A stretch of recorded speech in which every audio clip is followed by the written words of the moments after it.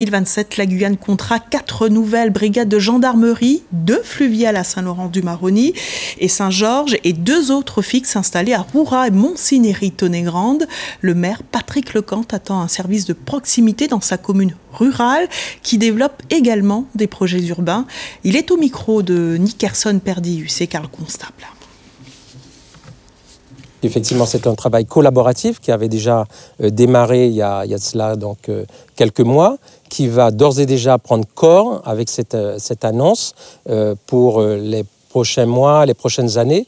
L'essentiel, c'est de pouvoir donc loger une brigade qui va recevoir en moyenne une dizaine de personnels, faire en sorte qu'elle soit au cœur finalement de la cité, donc au bourg de Montsinéry, pas très loin, je pense, donc de l'actuel poste de police, puisque nous avons une convention de partenariat avec la gendarmerie, police et gendarmerie, et puis que finalement ce service soit accessible pour l'ensemble de la population. Donc tout ça va se faire donc très rapidement, puisque je peux annoncer que les prochaines réunions de travail doivent se faire dès la fin de cette semaine et se poursuivra naturellement avec les équipes techniques dédiées. Donc voilà ce que je peux en dire pour ce qui concerne l'implantation physique de notre brigade.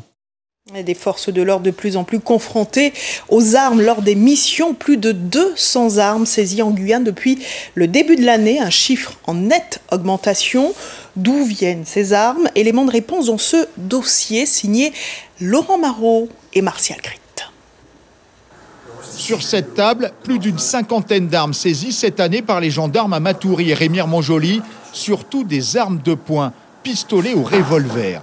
Ici, un P80 fabriqué aux États-Unis. Là, des 38 de marque Taurus venus du Brésil. Des fusils, certains le canon scié. En Guyane, les saisies d'armes à feu ont bondi de 40% au premier semestre. 159 saisies de janvier à juin contre 95 au premier semestre 2022. Des armes venues du Brésil et surtout des États-Unis via des pays limitrophes. C'est très facile d'acheter des armes aux États-Unis, un peu moins au Brésil, mais de toute façon, c'est beaucoup plus facile qu'en France et en Guyane. Donc ces armes, elles sont d'abord achetées aux États-Unis et au Brésil, et ensuite circulent à travers les frontières, à travers toute l'Amérique du Sud et du Nord. Combien coûtent les armes sur le marché illégal en Guyane? De 1 000 à 5 000 euros selon la gendarmerie. L'orpaillage clandestin en forêt et le trafic de drogue en ville alimentent ce trafic d'armes.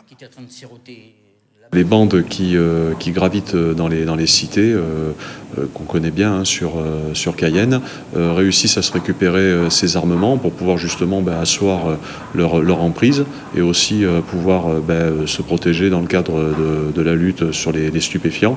Et donc voilà, c'est eux qui sont les premiers vecteurs pour faire venir ces armements depuis les zones frontalières jusque sur Cayenne. Cette personne a grandi et vit dans une cité populaire à Cayenne. Elle dit avoir acheté des armes pour se protéger. Si j'ai une arme en ma possession aujourd'hui, c'est pour ma propre sécurité, vu que dans le quartier où je suis, on peut entendre des balles tomber. On appelle la police, ils ne viennent pas. Ce n'est pas facile de se procurer une arme comme ça. Déjà, il faudra avoir la source et les personnes pour en trouver. Par exemple, si vous avez 500 euros, vous allez avoir une arme qui a déjà servi.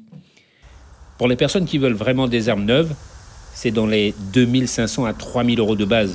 Automatique, tu peux compter dans les 5000 et même plus. Via des contacts en Guyane, notre témoin est allé au Guyana pour acheter des armes neuves. Je préfère me procurer des armes qui n'ont pas servi. Ça me permet de ne pas tomber dans les problèmes des autres. Votre arme, vous êtes prêt à vous en servir en cas de... En cas de danger, je m'en sers. Je sais l'utiliser car mon père savait faire ces trucs. La Guyane détient le record français du nombre d'homicides rapportés à la population. Premier mois de l'année. Niveau record aussi pour les vols à main armée, malgré un recul ces derniers mois. 483 braquages au premier semestre 2022, 370 sur les 6 premiers mois de cette année. Quelle est la stratégie des autorités pour désarmer les délinquants? La première, ce sont les points de contrôle, le point de contrôle routier de Margaux, qui est particulièrement efficace en matière de saisie d'armes, où on contrôle de façon aléatoire des véhicules. Deuxième, c'est les opérations antidélinquance qu'on mène de façon effectivement sous réquisition du procureur de la République et qu'on mène un peu partout sur le territoire de la Guyane, aléatoirement, et sur lequel on a ouverture du coffre. Voilà. Donc ça, c'est deux phénomènes. Le troisième, effectivement, c'est sur les interventions, parce qu'on fait beaucoup d'interventions sur des appels 17 où on a quelqu'un armé et donc on interpelle sur une intervention des gens armés, on saisit l'arme immédiatement. Restent aussi les enquêtes judiciaires. L'an dernier, un groupe WhatsApp de vente d'armes a été démantelé par la section de recherche de la gendarmerie. Côté police, priorité à la lutte contre les vols à main armée. Ils sont en passe d'être divisés par 2 en 2 ans. Sachant que la principale utilisation de ces armes, c'est pas de commettre des homicides, c'est de commettre des vols à main armée, il faut plus lutter contre les vols à main armée. C'est ce que nous faisons. Donc en démultipliant les contrôles, notamment avec les individus qui sont sur des scooters, parce que la très grande majorité des auteurs de vols à main armée sont en scooter, et aussi en renforçant nos capacités judiciaires. Que deviennent les armes saisies? Elles sont envoyées pour expertise dans les laboratoires de la gendarmerie ou de la police dans l'Hexagone. Car chaque arme laisse une empreinte unique sur un projectile tiré. Une empreinte qui peut être reliée à certaines affaires de meurtre ou de braquage. Une fois exploitées par la justice, les armes sont détruites. Voilà donc pour le trafic d'armes, pour se procurer une arme en toute légalité, les règles sont bien définies, on distingue plusieurs catégories. Le point dans notre rubrique En savoir plus. Quelles sont les différentes catégories d'armes? La plus dangereuse, la catégorie A, est strictement interdite à l'acquisition et à la détention, puisqu'il s'agit en fait des armes à répétition semi-automatique ou automatique, ainsi que les armes de guerre. Ensuite vient la catégorie B, qui concerne en fait les armes d'épaule et les armes de poing. Il y a également la catégorie C, donc il s'agit notamment des fusils d'épaule dont le canon est supérieur à 60 cm. Il s'agit notamment des armes de chasse. Et ensuite, il y a les armes de catégorie D, comme les bombes aérosols, dont la contenance est inférieure à 100 ml, et les carabines à air comprimé. Comment obtenir une autorisation de détention de ces armes? Pour les armes de catégorie B, ce sont des armes qui sont soumises à autorisation, une autorisation qui est délivrée par la préfecture après examen d'un dossier d'autorisation, dont notamment la consultation du fichier national des personnes interdites d'acquisition et de détention des armes.